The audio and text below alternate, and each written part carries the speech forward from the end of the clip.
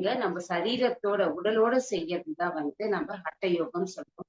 நம்ம எந்த ஒரு செயல் செஞ்சாலும் நம் நம்மளோட அது கர்ம யோகம் சொல்றோம். அதுக்கப்புறமா நம்ம சுவாத்தியாயம் படிக்கும் போது நமக்கு கற்றுக்கிறது ஞான யோகம். நம்ம ஏதாவது ஒரு சங்கீதத்தை கேட்கும் போதோ பாடங்கள் கத்துக்கும் போதோ அதோடு இணைந்து இருக்கும் போது அது நாத யோகம் சொல்றோம். அதுக்கப்புறமா பக்தி யோகம். சோ பக்தி யோகம்ன்றது இருக்கான்னா இங்க நம்ம சிலைகள் இல்லைன்னா கடவுளுடைய பிக்சர்ஸ் வந்து நம்ம பூஜைகள் பண்றதுன்றது உண்மையான பக்தின்றது கிடையவே கிடையாது. ஸ்வஸ்வரூபானு சந்தானம் பக்தி ரீதிய விதியத்தை. எப்ப வந்து ஸ்வஸ்வரூபானு சந்தானம் நம்மளோட நம்ம இணைந்து இருப்பதுதான் உண்மையான பக்தி.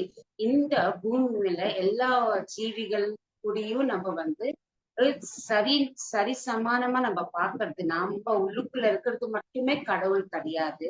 எல்லா ஜீவிகளையும் இருக்கிறது அந்த பரமாத்மா தான். அது எப்ப வந்து நம்ம உணர்றோமோ அதுதான் உண்மையான பக்தி. சோ நான் வேறு அடுத்தவங்க வேறு என்று இல்லாம ஐ ஆம் தட், நானும் அவங்களும் எல்லாருமே ஒண்ணுதான். அந்த வண்ண ஸ்டேட்ல நம்ம இருக்கும் போது அதுதான் வந்து உண்மையான பக்தி யோகம் சொல்றாங்க. அடுத்தது பாத்தீங்கன்னா ராஜயோகம். இந்த ராஜயோகம் தான் வந்து ரொம்ப ரொம்ப சிறந்தது. நம்ம இந்த ஆனாபான சக்தி தியானம் கூட வந்து ராஜயோகம் நம்ம சொல்றோம்.